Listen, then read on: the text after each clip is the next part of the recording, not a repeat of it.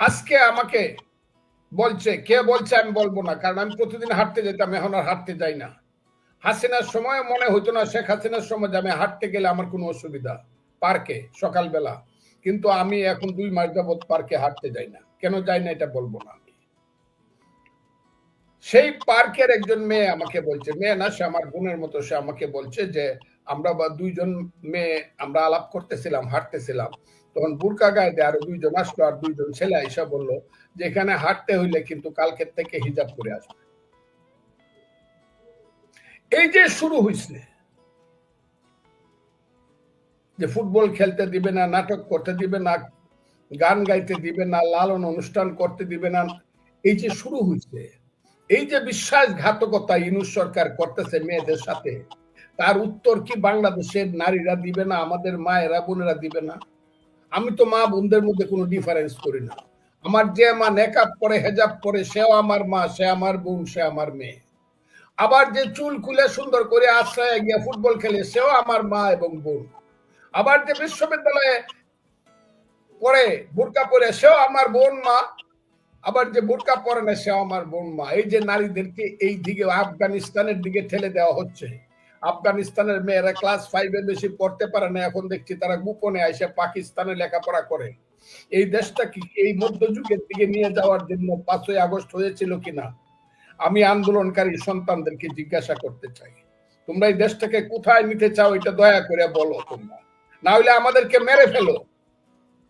তোমরা এসে brush fire করে আমাদেরকে মেরে যাও যে তারা এই পৃথিবীতে কেন জন্মগ্রহণ করে, যুদ্ধ করে কেন দেশ স্বাধীন করছে। কিন্তু স্যার এই ছাত্ররা যারা এখন নিজেদেরকে সমন্বয়কারী হিসাবে সামনে আছে, এই সমন্বয়কারী ডাজন্ট নেসেসারিলি মিন যে শেখ হাসিনার বিরুদ্ধে যারা আন্দোলন করেছিল ছাত্ররা, সাধারণ জনতা, তাদের তাদের এই সকল স্টেপ যেগুলো আমরা কখনো ভাবতেও পারিনি শেখ হাসিনার বিরুদ্ধে আন্দোলনের সময়, যে তারা এই এজেন্ডাগুলো নিয়ে আসবে, তাহলে তারা কোন কারণে, কোন সাহসে, কোন যুক্তিতে বলে যে তারা যা বলছে সেটা সকল ছাত্র জনতা? আমি দেখেছি মিডিয়াতে বলা হচ্ছে ছাত্র জনতা 32 নম্বর ভেঙেছে। স্যার, এখানে ছাত্র জনতা না, তাদের একটা ফ্রিঞ্জ ফিউ যারা কিনা এই এজেন্ডা নিয়ে আসছে। এর জন্য তো এটা তারা মনে করার কোনো যুক্তি নেই যে বাংলাদেশের সকল ছাত্র সমাজ তাদেরকে সমর্থন করছে। এটা তো স্যার একটা অন্যায় বিষয়। এখন যখন তারা এই হুমকি দিচ্ছে এবং তাদেরকে উস্কে দিচ্ছে, আমরা এখন বুঝতে পারি যে নির্দিষ্ট গোষ্ঠী কারা, এবং একটি কয়েকজন তারা দেশের বাইরে থেকে উস্কে দেয়। এমনকি আপনার মতো একজন স্বনামধন্য, ইভেন আমার কাছে অনেক শ্রদ্ধেয় একজন ব্যক্তিত্ব, আপনাকে পর্যন্ত দেশের বাইরে থেকে স্যার হুমকি দেওয়া হয়। তাহলে এই নেতৃত্বে এদের দ্বারা নির্বাচিত হয়েছেন ডক্টর ইউনূস, উনি নিজে বলেছেন। তাহলে যারা হুমকির উপরে চলে, এমন কিছু এজেন্ডা নিয়ে আসছে যেগুলো আমরা জানতামও না, কিভাবে বিএনপি আশা করে দ্রুত নির্বাচন হোক, কালকে হোক, হলেও এই নির্বাচন তারা সুষ্ঠু হতে দিবে যখন তারা জাতীয় পার্টি সহ বিভিন্ন অফিস টফিস পর্যন্ত জ্বালিয়ে দিচ্ছে, তারা 32 নম্বর ভাঙার তারা সাহস রাখে, তারা স্যার বিভিন্ন গ্রামে গঞ্জে পর্যন্ত তাদেরকে রোখার হুকুম দেওয়া হচ্ছে, ডক্টর ইউনূস নিজে বলেছেন। এবং আমার কথা হচ্ছে, আপনি কিভাবে আশা করেন যে বিএনপি সুষ্ঠু নির্বাচন আশা করবে এই উপদেষ্টা মন্ডলীর অধীনে? আপনার কি মতামত স্যার? আমি আপনাকে অনুরোধ করবো, আপনি অনেক দূরে আছেন, আপনি বিএনপির সাংঘাতিক সমর্থন, আপনি বলছেন আমাদের ভারপ্রাপ্ত চেয়ারম্যানের আপনি ক্লাস ফ্রেন্ড। আমি আপনাকে অনুরোধ, বিএনপি নেতাদেরকে এটা জিজ্ঞাসা করেন। আমি যেদিন জিজ্ঞাসা করবো সেদিন, বা আমি জানতে চাবো সেদিন, কিন্তু জানতে চাবো যে তারা কালকে কেন গিয়ে ইউনূস সাহেবের সামনে ছাত্রের মতো হাত জোর করে বসেছিল। আমি এটা জানতে চাবো বাংলাদেশে, যে মির্জা ফখরুল ইসলাম আলমগীরের মতো লোকজন, একজন নেতা যার পিছনে বাংলার 99% বিএনপি নেতা কর্মীর, সব কর্মীর সময়, এত জনপ্রিয় নেতা এখন বাংলাদেশের ভিতরে কেউ নাই। বাইরে কেউ থাকতে পারে, বাইরে আছে আমাদের ম্যাডাম আছে বা তারেক রয়েছে, সেটা আমি যদি ধরেও নেই, কিন্তু ফিল্ডে মির্জা ফখরুল ইসলাম আলমগীরের মতো জনপ্রিয় নেতা আর নাই। উনি কেন গিয়ে ছাত্রের মতো বৈশা রইল? আর ওইসব বেয়াদবেরা যারা তার সন্তানের সমান তার সামনে বৈশা বৈশা প্রফেসরের মতো শিক্ষা দিল, আমি এটা কিন্তু বিএনপিকে জিজ্ঞাসা করবই, এবং জাতির সামনে দিকে তারা কেন বসে থাকবে গিয়ে তাদের সামনে? এইসব যারা বেয়াদবি করে, মানুষকে সম্মান দেয় না, আনকালচার, সমস্ত রাজনৈতিক নেতারা গিয়ে ছাত্রের মতো বসে রয়েছে। তারপরে মুবাসির ভাই, জি, আমি একটা প্রশ্ন করবো ফজলু ভাইকে এই কথাটার প্রসঙ্গে আমি নিয়ে আসবো সামনে। ফজলু ভাই, আপনি যে কথাটা তুলছেন, আমি তার সূত্র ধরে একটা কথা বলছি। এই যে এই যে কি জাতীয় ঐক্য কমিশন বা এই যে রিসেন্টলি আপনি যার কথা বলতেছেন গত 2-1 দিনের মধ্যে মিটিং হলো, বিএনপিও পার্টিসিপেট করেছে, যে 33-35% আওয়ামী লীগকে বাদ দিয়ে অ্যাডাল্ট ভোটার্স পপুলেশন বাদ দিলাম, অ্যাডাল্ট ভোটার্স জাতীয় ঐক্য কমিশনে, জাতীয় কি এটা ঐক্য হচ্ছে না অনৈক্য হচ্ছে? এটাও আপনার কাছে আমার প্রশ্নোত্তর করে দিলাম। জি,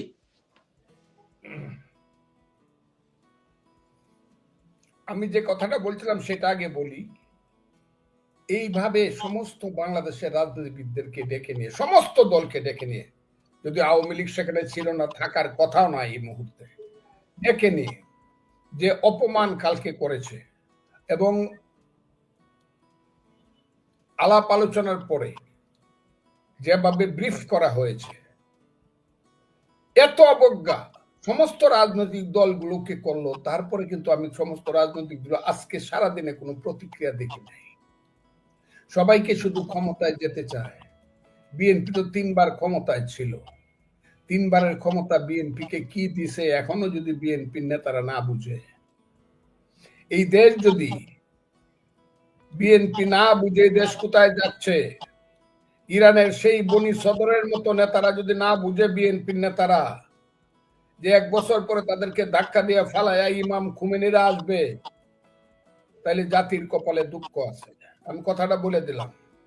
বিএনপিকে খুব সুস্পষ্ট ভাবে বলতে হবে যে কোন জায়গায় তারা দাঁড়ায় থাকবে, কোন জায়গায় দাঁড়াবে বাংলাদেশে, গণতন্ত্র কতটুকু, মুক্তিযুদ্ধ কতটুকু, মানুষের পেটের ভাত পরনের কাপড় কতটুকু, মানুষের শিক্ষা চিকিৎসার অবস্থা কতটুকু তারা দিবে। 31 দফায় সব বলে দিছে, কিন্তু এটার বিরুদ্ধে স্টেট দাঁড়াইতে হবে। এবং একটা কথা আমি খুব ক্লিয়ার ভাবে বলতে চাই, আজকে কিন্তু মুক্তিযুদ্ধ মৃত্যুর মুখামুখি। একদল ঘাতক চেষ্টা করতেছে মুক্তিযুদ্ধকে মেরে, আমি ঘাতক বললাম তাদেরকে, এই কালো শক্তি চেষ্টা করতেছে মুক্তিযুদ্ধকে হত্যা করার জন্য।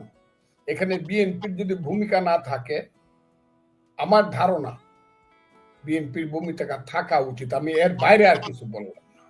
মুক্তিযুদ্ধ সম্পর্কে বিএনপির সুস্পষ্ট বক্তব্য থাকা উচিত। ধন্যবাদ স্যার। আমরা ইলেকশন দেন আর আমরা মেজরিটি হয়ে যাবো, নো, জিনিসটা এই জায়গাতে না। একটা রাষ্ট্র নির্ভর করে তার ফিলোসফি কি, তার ইডিওলজি কি, তার স্ট্যান্ড পয়েন্ট কি, তার পিলার কি, তার মূলনীতি কি, সবকিছুর উপর একটা রাষ্ট্র নির্ভর করে। খালি আমি ক্ষমতায় গেলাম কি গেলাম না সেটা পরের ব্যাপার, কিন্তু নির্দিষ্টভাবে মুক্তিযুদ্ধ যে বাংলাদেশের মা, মুক্তিযুদ্ধের পেট ছিঁড়ে যে বাংলাদেশের সৃষ্টি হয়েছে, এই জায়গাটা কেউ না কেউ এটাকে প্রতিষ্ঠিত বা এটাকে প্রকাশ করতে, এটার পক্ষে দাঁড়াইতে হবে। আর মুক্তিযুদ্ধ যদি বাদ দিয়ে দেন, it is not Bangladesh, it is not Bangladesh. কারণ মুক্তিযুদ্ধের পরেই দেশের নাম, মধ্য দিয়ে দেশের নাম বাংলাদেশ। এর আগে তো পাকিস্তান ছিল। কাজে যারা মুক্তিযুদ্ধ চান, এটা লিখতে হবে পূর্ব পাকিস্তান। লেখেন আগে, লিখে তারপরে রাজনীতি করেন। বিএনপির তো নামের একেবারে প্রথমটাই বাংলাদেশ জাতীয়তাবাদী দল। কাজে আমি আজকে বলি, আপনারা যে প্রশ্নটা তুলতেছেন এইগুলা খুব কঠিন প্রশ্ন, কিন্তু বিএনপির কাছ থেকে কিন্তু বাংলাদেশের মানুষ অনেক কিছু আশা করে, অনেক সুস্পষ্ট বক্তব্য আশা করে। খালি ক্ষমতায় যাইতে চায় একটা নো, অনেক সুস্পষ্ট বক্তব্য বিএনপির কাছ থেকে আশা করে। আমার দল সেটা দিচ্ছে। আমাদের নেতা তারেক রহমান সাহেব, ভারপ্রাপ্ত চেয়ারম্যান, তিনি অনেক ম্যাচিউর বক্তব্য এখন রাখছেন, কিন্তু দেশের ভিতরে যা হচ্ছে সেটা আমার কাছে খুব সুস্পষ্ট ভাবে মনে হচ্ছে না যে একটা রাষ্ট্র যন্ত্রকে দায়িত্ব নেওয়ার মতো করে যে প্রিপারেশন, এই প্রিপারেশনটা তারা সঠিকভাবে নিচ্ছে। আর যে কথাটা জমির চৌধুরী বলল আওয়ামী লীগের ব্যাপারে, আওয়ামী লীগ আসবে কি আসবে না, থাকবে কি থাকবে না, এই কথাটা আমার মুখ দিয়ে না বলা নেই ভালো। কারণ আমি এই কথা কইতে কইতে আমাকে সবাই বলে তো বিএনপি করে না, সে আওয়ামী লীগের দালালি করে। আমাকে দিয়ে বলায়েন না। আমি মনে করি আওয়ামী লীগ হোক বিএনপি হোক, আওয়ামী লীগকে এখন বললেও আওয়ামী লীগ যদি বলে ইউনূস সাহেব ডাকে তাও আসতে পারবে না। যদি আওয়ামী লীগ ইউনূস সাহেব সরকারের, আমি মনে করি না যে ইউনূস সাহেবের সরকার যেভাবে তাদের নিরপেক্ষতা হারিয়েছে, সেই ইউনূস সাহেবের সরকারের অধীনে কোনো নির্বাচন সঠিক হবে এটা আমি মনে করি না। তারপরে আমি মনে করি যদি ইলেকশন হয় ইউনূস সাহেবের অধীনে বা নির্বাচন কমিশনের অধীনে, নির্বাচন কমিশনের আমি কিছু বলছি না, তাদের কোনো ত্রুটি আমি এখন পর্যন্ত পাইনি। যদি ইউনূস সাহেবের অধীনে কোনো ইলেকশন হয়, ফ্রি ফেয়ার ইলেকশন হলে আওয়ামী লীগকে ডাকলেও আওয়ামী লীগ কতটুকু দ্রুত আসতে পারবে, যে কতটুকু তারা, তবে আমি সবসময় বলি মিস্টার জমির চৌধুরী, আওয়ামী লীগের রাজনীতি কিন্তু থেকে যাবে। কারণ এই দেশে আমরা যত কথাই বলি বাঙালির সংখ্যা কিন্তু 99%। বাঙালি জাতিসত্তার সংখ্যাটা হলো 99%। আমরা বাংলাদেশি করছি আমরা রাষ্ট্রীয় জাতিসত্তার অন্যদেরকে আমরা অ্যাকোমোডেট করার জন্য, কিন্তু বাঙালি জাতিসত্তার লোক 99%। যতদিন বাঙালি থাকবে আওয়ামী লীগের রাজনীতিটা থেকে যাবে। ধন্যবাদ স্যার আপনাকে। আমি একটা যে কথাটা 1 মিনিট না হলে ভুল হবে। আর যতদিন এই দেশে কিন্তু 92% মুসলিম, জি, যেহেতু 92% মুসলিমের দেশ, জামাত থাকুক আর না থাকুক, এখানে ধর্মের নাম, ইসলাম ধর্মের নামে রাজনীতি থেকেই যাবে, এটাকে বাদ দেওয়া যাবে না, আমি বলছি। That's okay. কিন্তু আমি যেটা মনে করি ইসলাম, আমাদের নিজস্ব একটি ইসলামকে আমরা অ্যাডজাস্ট করে নিয়েছি আমাদের কালচারের সাথে, যেটা আমরা আমাদের বাবা দাদা তারা অ্যাডজাস্ট করে নিয়েছেন। তারাও গান গাইতেন, আমরা আজানের সময় মাদেরকে দেখতাম মাথায় ঘুমটা দিতে। কিন্তু আমার প্রশ্ন হচ্ছে যে স্যার, আপনারা যদি বঙ্গবন্ধুর সহযোদ্ধা হন, আপনারা যদি সাহাবা প্রজন্ম হন, আমরা হচ্ছি তাবেইন প্রজন্ম, এবং বর্তমানে স্যার আমি এদেরকে বলি তাবেইন প্রজন্ম। তাবেইন প্রজন্মের ভিতরে যারা কিনা পথভ্রষ্ট হয়ে গেছে, সেটা খুব দুঃখজনক। তবে যেই জিনিসটি আমার অত্যন্ত কনসার্নের কারণ হয়ে দাঁড়িয়েছে, বিশেষ করে একজন আইনের ছাত্র হিসাবে, সেটা হচ্ছে আমরা দেখেছি 32 নম্বর, আমি 32 নম্বর আমি একটু ফিরে যেতে চাচ্ছি। 32 নম্বরে সেখানে সেনাবাহিনী গিয়েছিল, আইন প্রয়োগকারী সংস্থা সেখানে ছিল, কিন্তু সেখানে তারা কোন রকম অ্যাকশনে যায়নি। বাংলাদেশকে সেনাবাহিনীকে রাখা হয়েছে বহিঃশত্রু থেকে রক্ষা করার জন্য, এবং প্রয়োজনে আমরা দেখেছি বাংলাদেশ সেনাবাহিনীকে বাংলাদেশ অভ্যন্তরে সিকিউরিটি রক্ষার জন্য কাজে লাগানো হচ্ছে।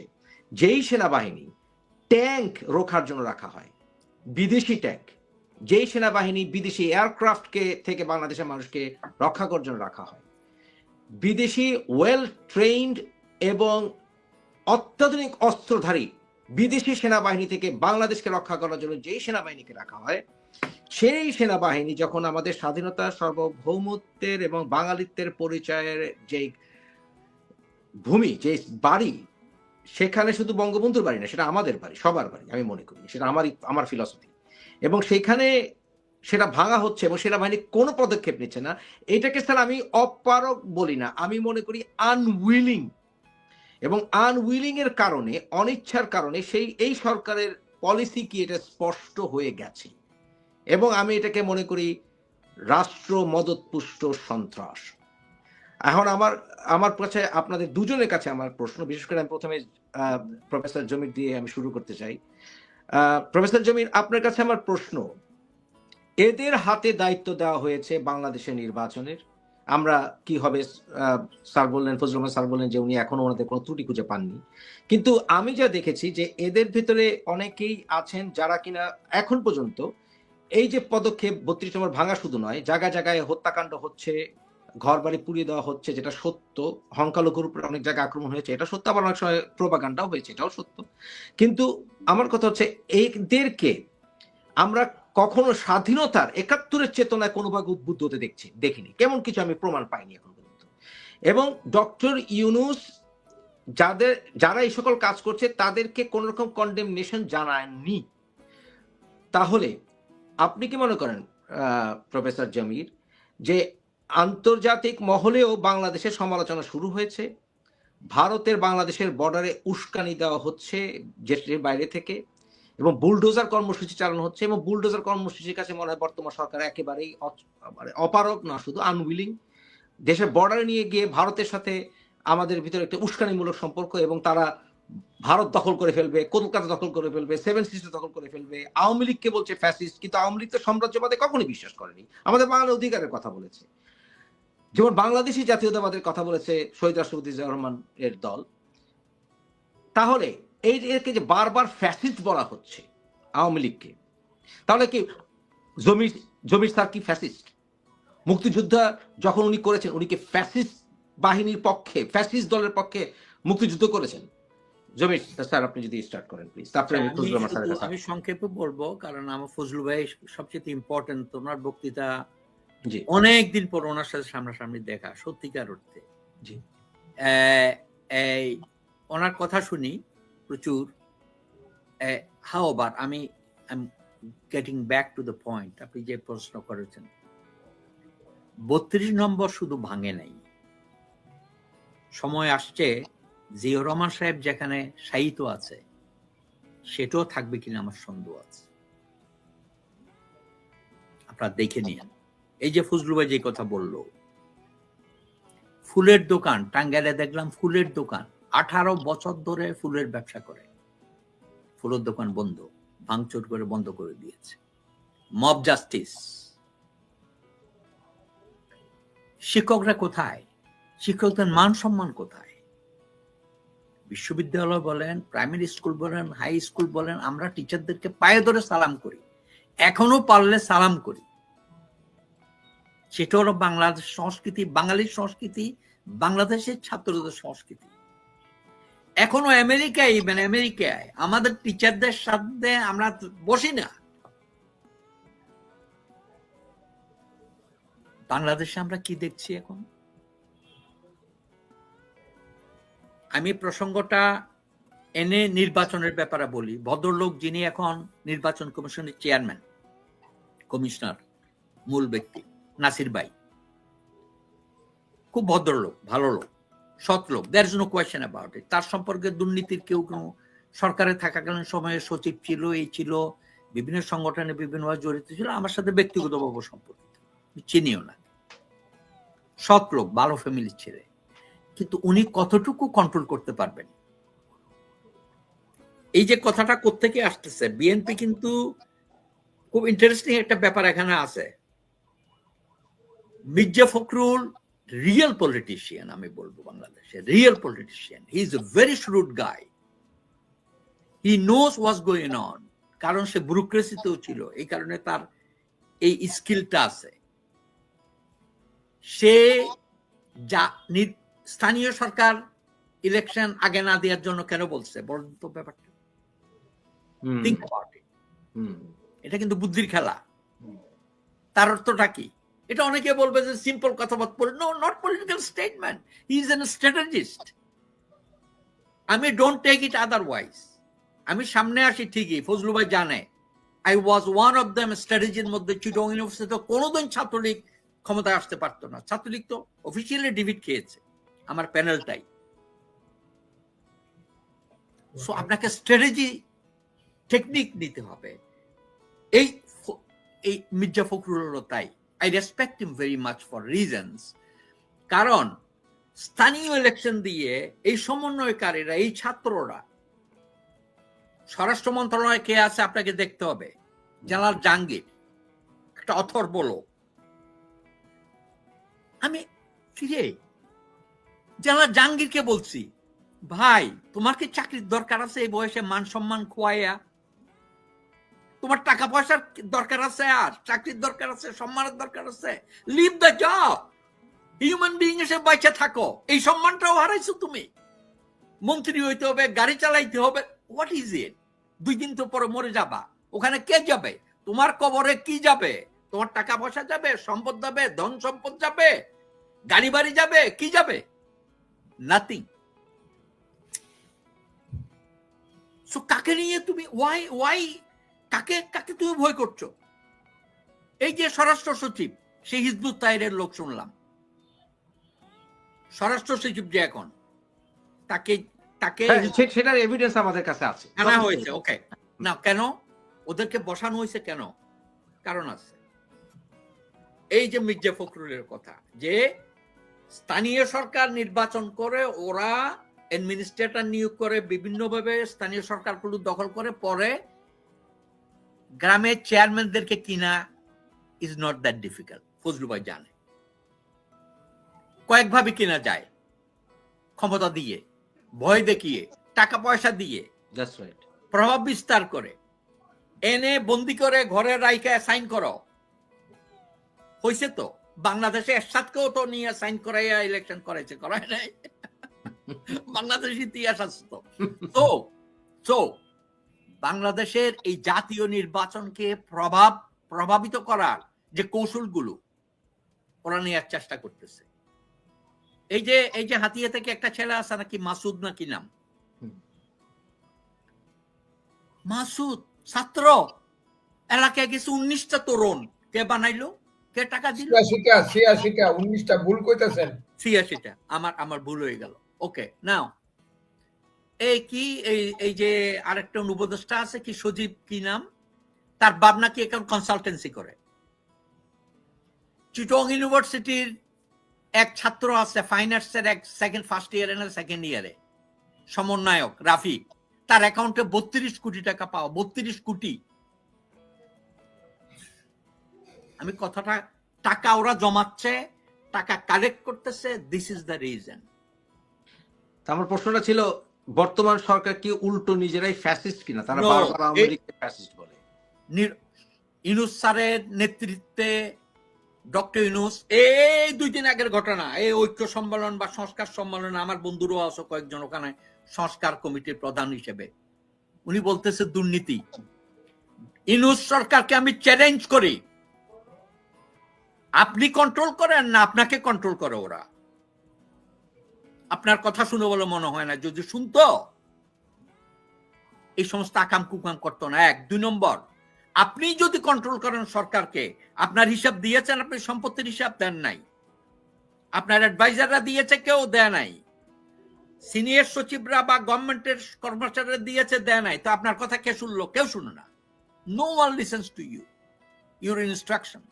এবং কি হলো, দুর্নীতির বিরুদ্ধে আপনি শুধু বলে যাচ্ছেন হাসিনার মতো জিরো টলারেন্স। না, কিন্তু যারা স্যার একটু 1 মিনিট, যারা বলছেন, আমার যে মূল প্রশ্নটা ছিল, যারা বলছে আওয়ামী লীগকে ফ্যাসিস্ট, তাদের অনেক বিফলতা অবশ্যই আছে, আমি তীর্যক সমালোচনা করেছি তাদেরকে বহুবার, কিন্তু তারা বলছে, যারা আওয়ামী লীগকে ফ্যাসিস্ট বলছে এবং তারা বিএনপির বিরুদ্ধেও পরোক্ষভাবে লেগে গেছে, আমার তাদের কাছে আমার প্রশ্ন বরঞ্চ, স্যার বললেন কিছুক্ষণ ফজলুর রহমান স্যার, আমরা এখন বাংলাদেশে আউল বাউল গান গাইতে পারি না, 21শে ফেব্রুয়ারির সময় আমরা কোনো গানই শুনিনি, এবং আমরা 7ই মার্চের ভাষণ শুনতে পারবো বলে আমার মনে হয় না, কারণ সেখানে জয় বাংলাদেশ শেষ হয়েছে, এবং জয় বাংলা এখন একটা নিষিদ্ধ স্লোগান, এবং এটা মুক্তিযুদ্ধের সময় আপনারা শেষ জয় বাংলা ধ্বনি দিয়েছেন।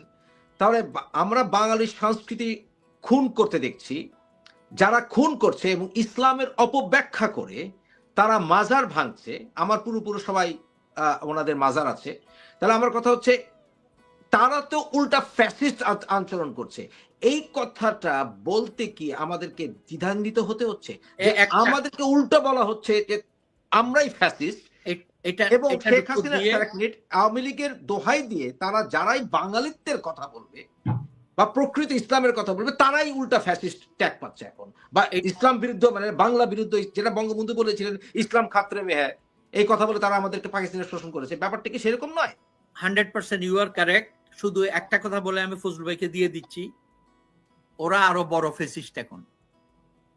আপনি মতিউর রহমান সাহেবের, মানব জমিনের মতিউর রহমানের স্টেটমেন্ট দেখেন, তৃতীয় মাত্রার মিজান সাহেবের স্টেটমেন্ট দেখেন, বিভিন্ন সাংবাদিকরা, মানচিত্র, তাদের স্টেটমেন্ট দেখেন, কেউ কথা বলতে পারছে না। স্যার দুর্বলতা কোথায়? ওরা যদি কেউ কথা বলতে পারছে না, কাউকে কথা বলতে দেয়া হচ্ছে না, কেউ কথা বলতে পারছে না, আচ্ছা, কোর্টে বিচার করতে দেয়া হচ্ছে না। দুর্নীতি দমন কমিশনের কার বিরুদ্ধে কেস হয়েছে এ পর্যন্ত? আমাকে উত্তর দেন, বলেন কার বিরুদ্ধে?